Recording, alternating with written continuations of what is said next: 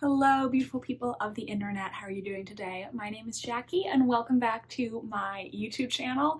My apologies if you hear any purring or cat noises in the background. My cat Drizzle is once again here in my bedroom begging for my attention as I am filming a video. But today's video is going to be my September reading wrap-up where I'm going to review all of the books that I read this month. In the month of September, I read 7 books for a total of 2,388 pages and an average star rating of 3.43. To be honest with you, this month did start a little rough, but it got better as it went along, so let's just dive in with the first book that I read in September. So the first book that I read is one that I had on hold at the library for quite some time and I was excited to read it. But I do have to say in the end it was a disappointment. That was The Fury by Alex Michaelides. Alex Michaelides is very famous for writing The Silent Patient, which, to be honest, I liked okay. I think it was a little overhyped, and since everyone told me what a shocking twist it had, I was able to predict the twist quite easily just because I was reading it and thinking like, okay, what would be shocking to people, you know? And then he also wrote The Maidens, which a lot of people hated, and I actually liked that one better, maybe because I went in with low expectations. So The Fury is his third thriller, and the premise of this book is that it is following a group of friends who travel from London to this very remote island in Greece that is owned by famous actress Lana, I believe her name is, and over the course of their stay there, one member of the group will not make it out alive. I gave this book 2 stars. I really didn't enjoy it, I'm sorry. I think the thing with this book is it's very slow. It takes a very long time for someone to die. There is a lot of buildup, and the writing style is also pretty pretentious, and I think to some degree that was intentional because the narrator is this character named Elliot, and I do think that was the kind of voice that Alex Michaelides was trying to give that character. But personally, I just found it a little overdramatic and overwrought for my taste. The other issue that I had with this is the character of Lana. She is sort of the central character of this book. All the other characters revolve around her. She is the center of their social group. And we're constantly told how beautiful, amazing, magnetic Lana is, but I just found her not that interesting. It's kind of that it girl character that just fell a little flat for me. So I just really didn't enjoy this book. I felt it was a little slow and just not really the kind of thing that I like. I would consider reading another Alex Michaelides book when he comes out with something new, but this one just didn't do it for me. The next book that I read in September was A Murder in Time by Julie McElwain. This is a historical mystery and the first in a series. I read this book for a vlog I did where I read book recommendations that my subscribers left in my YouTube comments, so I will link that in the card if you want to go check that out. I ended up giving this book 3 stars. Ultimately, I feel like this book, it just wasn't totally for me. I didn't have any massive problems with it, but I personally wasn't that engaged with it. This series follows modern-day FBI investigator Kendra Donovan, who ends up accidentally traveling back in time to the early 1800s in the Regency period in Britain, where she ends up solving crimes in the past and potentially finding a romantic connection with a Regency-era nobleman. The first few chapters are following Kendra in her present-day job at the FBI, and those chapters do set up what's going to happen later, but I have to say I found those introductory chapters pretty boring. I didn't really love Kendra as a character because I felt like she in some ways verged on Mary Sue for me. Basically, her background is that her parents were both geniuses, and they actually decided to have children because they wanted to produce superior progeny. So her parents are kind of like low-key eugenicists. And like Kendra as a character, she's very brilliant, she's a prodigy, and she now has a strained relationship with her parents because her parents believed that a career at the FBI was not good enough for her. Yes, working for this prestigious intelligence agency, not a good enough job for their progeny. And I just found like her background talking about her superior intellect and her being, you know, one of the youngest and only women at the FBI. I just found it like a little bit too much like she's good at everything and so exceptional, you know what I mean? I didn't like hate her, but I just didn't really care for that backstory.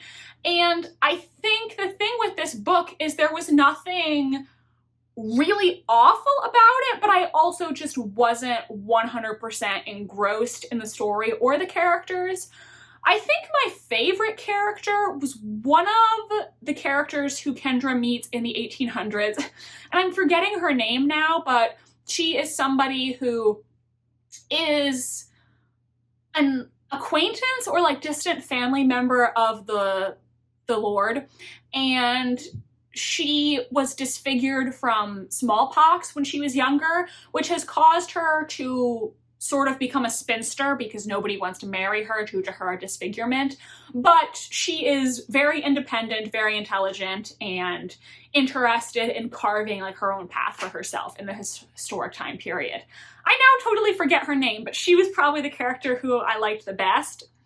Ultimately, like, this book was not bad. I'm not mad that I read it. It's something that sounded interesting to me. I don't regret the time I spent on it, but I just don't see myself continuing the series because I didn't feel totally like as in love with the characters as I would like if I'm going to commit to a series. After that, I read Mexican Gothic by Silvia Moreno Garcia. This is a book that's been on my TBR for quite some time. I finally read it. This book I also gave 3 stars, and I think it's a very similar situation where there was nothing wrong with the book per se or any big flaw that I saw in it. It just wasn't fully for me. This is a sort of historical suspense horror. I'm not really sure what genre you would call it. I think Goodreads does classify it as a mystery, though I don't really think it is. I think horror or suspense would be a better descriptor. This book is set in Mexico in, I believe, the 1950s, and our main character, Noemi, her cousin has recently married this rich man who lives with his family in this remote estate called High Place. And Noemi and her family receive a letter from the cousin that is very scary, very paranoid, basically talking about, you know, how they're all out to get her and begging Noemi to come. So Noemi travels to High Place, which is very remote, not a lot of people around, to figure out what's really going on with her cousin and her cousin's new in-laws, who are, let's just say, a very eccentric family. Let's just call them that. It turns out that something sinister is going on at High Place, and it is going to take all of Noemi's ingenuity and will to live if she and her cousin want to make it out alive. Now, this book, there was nothing really wrong with it. I just didn't totally love it. I think, like I said, it veers slightly more towards horror, and horror is not really a genre that I love because horror books get a bit too, let's just call it weird for my taste. And there were definitely a lot of moments in this book where I was like, what is happening right now? Like, what am I reading? And I don't think that's a flaw necessarily, because I think that's just a horror tone and genre convention that I don't particularly care for, and that's why I don't usually read these types of books. Did I like Noemi as the protagonist? Yes, I liked her. I can't say that she's going to be like one of my all-time favorite protagonists. I did really like her relationship with her cousin and her love for her cousin. And there was a romantic subplot in this book, which I actually didn't hate. I kind of thought it was gonna go one way, and I was pleasantly surprised that it didn't go the way that I thought. I can't say that I loved the romantic subplot either, but I wasn't mad at it, you know? So I think ultimately, at the end of the day, like, this book was fine to me, and I think the reason I rated it the way that I did is just because of my preferences as a reader and the type of stuff I usually like. If there are any other Silvia Moreno Garcia books that you think I might enjoy, do let me know, because I would be open to reading something else from her. Her new release, which is called, I think, like The Seventh Veil of Salome, that one kind of sounds interesting to me. So if any of you out there read it, definitely report back and let me know if you think it's something I would like or not. All right, and here's the part of the month where things started to turn around for me. After that, I read The Mysterious Mr. Quin by Agatha Christie, which I gave a 4-star. Now, I may have just given this a 4-star because I wasn't totally loving the books that I read at the beginning of the month, and so maybe that impacted my rating a little bit, but honestly, I can safely say I liked this book more than I thought I would. This is a short story collection, though the short stories are all kind of interconnected, so there is a character progression in the stories.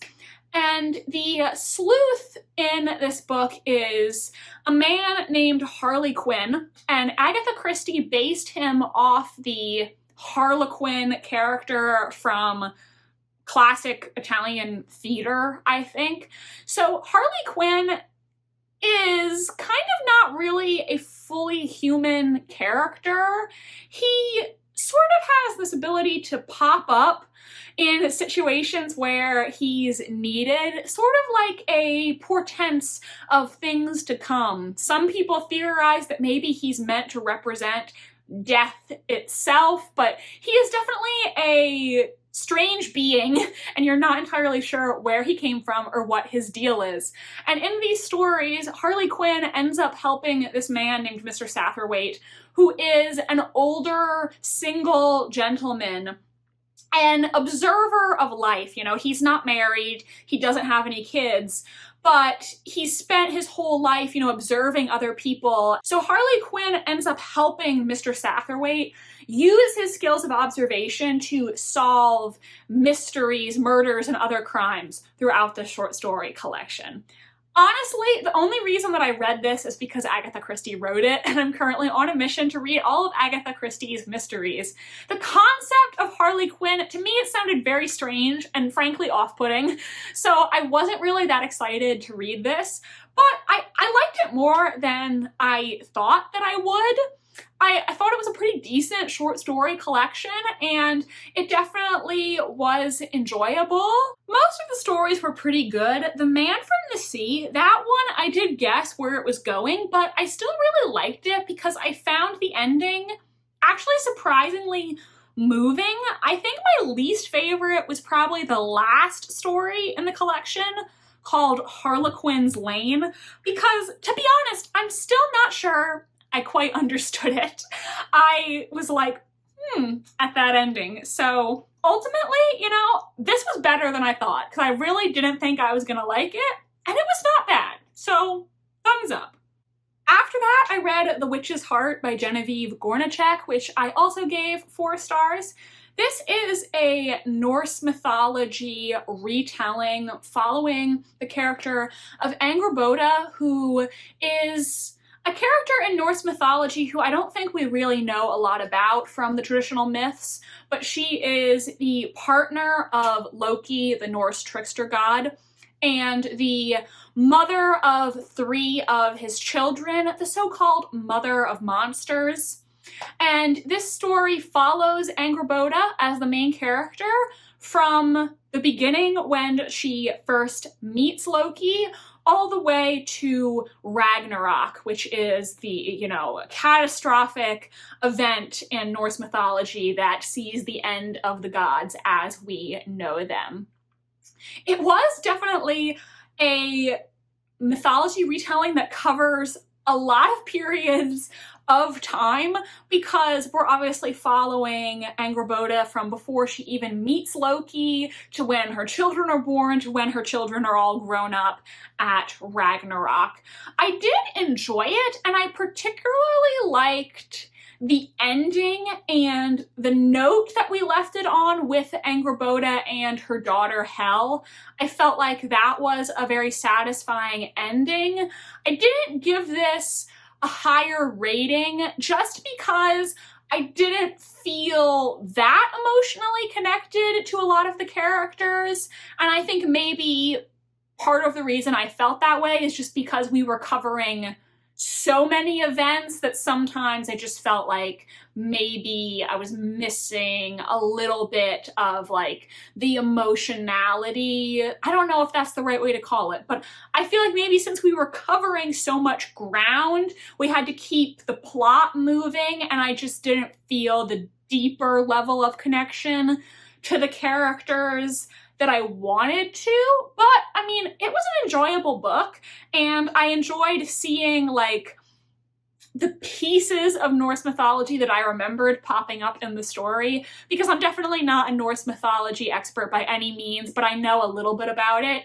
So there would be references to like Loki and Thor dressing up in drag to go to trick the giants, and I'd be like, oh, I remember that story, and things like that. So it was definitely interesting, and it was nice to read a mythology retelling that was about something other than Greek mythology, because while I do really enjoy Greek mythology, it feels like there are 75,000 Trojan War retellings out there on the market right now. After that, I read The Plot by Jean Humph Korelitz. This was also a 4-star book for me. This has also been on my TBR for quite some time. So the main character, what is his name? I already forget his name. Jacob. I wanted to call him Jason, but no, his name is Jacob. At the beginning of the book, our main character, Jacob, he's published a couple books, not really achieved the level of success that he's wanted, and he's now working as a writing professor at a community college. He has this one student who is very arrogant, and the student tells Jacob, you know, basically, I don't need your advice because I have this plot idea for a book that's gonna make me a bestseller. And he ends up telling Jacob what the plot is. Years later, Jacob finds out that said student has now died, and he never published this amazing book that he talked about. So, since this plot is now seemingly available, Jacob decides, why doesn't he write the story? This ends up making him extremely famous. He's a bestseller. Everyone in America has read his novel, Crib, and it's even getting a film adaptation directed by Steven Spielberg. What more could you want? Except somebody starts threatening Jacob, basically saying, I know what you did. I know that you stole this story.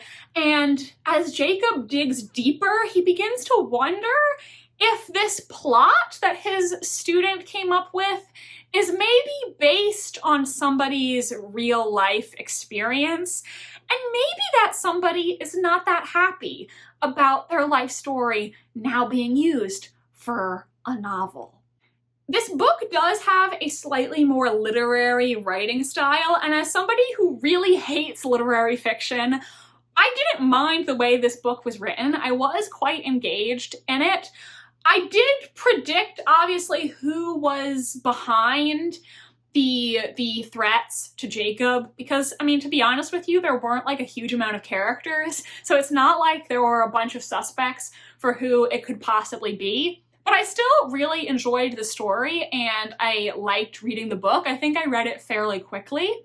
My biggest issue is that in this book, we also get excerpts from Crib, the novel that Jacob writes based off the stolen plot. And I personally didn't really believe that this book would have become the bestseller that it did, because throughout the book, we see all these people say to Jacob, you know, Crib, it was so amazing. Everybody I know has read it. I recommended it to everyone. The plot twist, never saw it coming. Oh my God. And like, I didn't think that the plot twist in Crib was really that amazing. And finally, I read A Grave Robbery, the 9th Veronica Speedwell book by Deanna Raybourn. This was also a 4-star for me. I really like the Veronica Speedwell series. This is the first historical mystery series that I ever read, so you could say it quite literally was life-changing, since this is now the genre that I myself want to write.